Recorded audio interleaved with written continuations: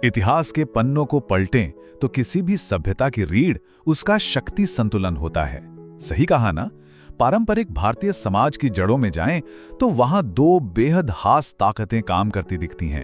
एक जिसने अपनी तलवार से सरहदों की हिफाजत की और दूसरी जिसने अपने ज्ञान से समाज को बौद्धिक और आध्यात्मिक रास्ता दिखाया। आज के इस विश्लेषण में तलवार और पवित्र ग्रंथ की इसी दिलचस्प विरासत को करीब से समझा जाएगा। अब सबसे पहला और बुनियादी सवाल यही उठता है, तलवार की ताकत और ज्ञान की ताकत के बीच आखिर बुनियादी फर्क है क्या?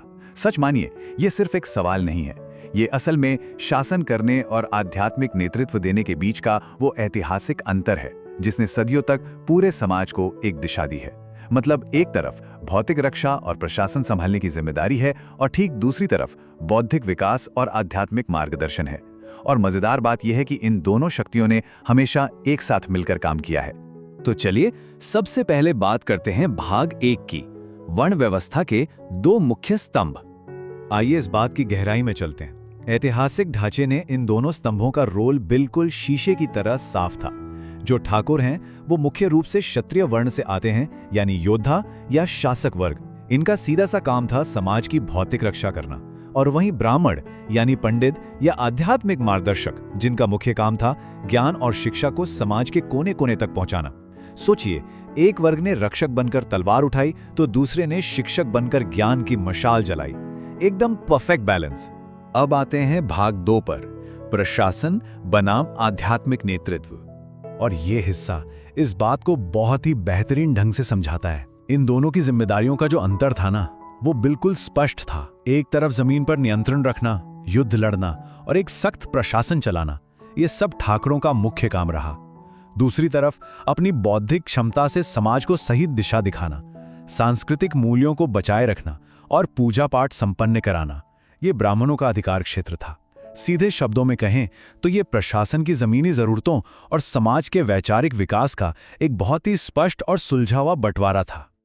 आगे बढ़ते हैं भाग 3 की ओर, ठाकुर उपाधि के कुछ बहुत ही रोचक तथ्य। अब ये बात वाकई हैरान करने वाली हो सकती है। आमतौर पर जब भी ठाकुर शब्द सुनने में आता है तो उसे सीधे राजपूतों से जोड़ दिया जाता है ना? लेकिन ऐतिहासिक तौर पर अगर देखा जाए तो ये किसी एक जाति का नाम नहीं, बल्कि एक बहुत ही सम्मानजनक उपाधि रही है।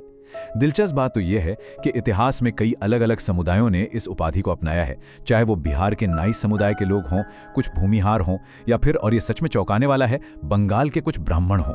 तो इसका मतलब ये हुआ कि ये उपाधि जन्म से ज्यादा किसी इंसान के सामाजिक रुतबे और सम्मान की पहचान थी। अब बात करते हैं भाग 4 की, ऐतिहासिक भूमिकाएं और जीवन शैली। इन ऐतिहासिक कामों का असर सिर्फ समाज तक सीमित नहीं रहा, बल्कि इनकी रोजमर्रा की जिंदगी और खानपान पर भी इसका सीधा असर पड़ा। शासक वर्ग यानी ठाकुरों की बात करें तो चूंकि उन्हें युद्ध लड़ने होते थे और बहुत ज्यादा शारीरिक मेहनत करनी पड़ती थी, इसलिए उनके लिए पारंपरिक रूप से मांस और मछली का सेवन स्वीकृत था। इसके बिल्कुल उलट ब्राह्मणों का जीवन पूरी तरह से सात्विक शिक्षा और पूजा पाठ पर टिका था। इसलिए उन्होंने पारंपरिक रूप से पूरी तरह शाकाहार का ही पालन किया। ध्यान देने वाली बात यह है कि ये कोई ऊंच नीच का मामला नहीं था, बल्कि उनके जो व्यवहारिक काम थे ये उसी का सीधा सा नतीजा था। चलिए अब बढ़ते हैं भाग 5 की तरफ, राजा और गुरु का संतुलन। काम और जीवन शैली में इतने बड़े और साफ अंतर होने के बावजूद एक बात जो बड़ी खास है वो ये कि पूरे सामाजिक ढांचे में इन दोनों का स्थान हमेशा एक दूसरे के समानांतर ही रहा। हिंदू समाज की पारंपरिक व्यवस्था को देखें तो ये दोनों ही समूह उच्च जातियों में आते हैं, यानी अगर आज के संदर्भ में बात करें तो सामान्य वर्ग या जनरल कैटेगरी में। काम भले ही अलग अलग थे, लेकिन समाज के पदानुक्रम में उनका दर्जा हमेशा ऊंचा और बेहद सम्मानित रहा। तो सबसे अहम बात ये निकल कर आती है कि ये पूरा का पूरा ऐतिहासिक ढांचा बस एक ही सिद्धांत पर टिका था, एक दूसरे के पूरक, राजा और गुरु। मतलब ये दोनों कभी एक दूसरे के खिलाफ खड़े नहीं हुए। तलवार की ताकत और पवित्र ग्रंथ के ज्ञान ने मिलकर एक बहुत ही मजबूत सामाजिक संतुलन बनाया। इतिहास में यही माना जाता था कि रक्षक के बिना ज्ञान असुरक्षित है और आध्यात्मिक मार्गदर्शन के बिना शक्ति दिशाहीन है। दोनों को एक दूसरे की जरूरत थी। अब इस चर्चा को खत्म करने से पहले एक बहुत ही गहरा सवाल छोड़कर जाते हैं जिस पर वाकई में विचार करना चाहिए। इन पारंपरिक कामों के बंटवारे ने आखिर हमारे ऐतिहासिक समाज की नींव को किस तरह आकार दिया?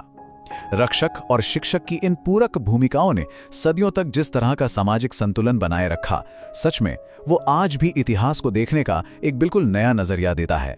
क्या प्रशासन की ताकत और आध्यात्मिकता की गहराई का ये ऐतिहासिक मेल ही किसी सभ्यता को हमेशा जिंदा बनाए रखने की सबसे बड़ी चाबी थी? सोचने वाली बात है।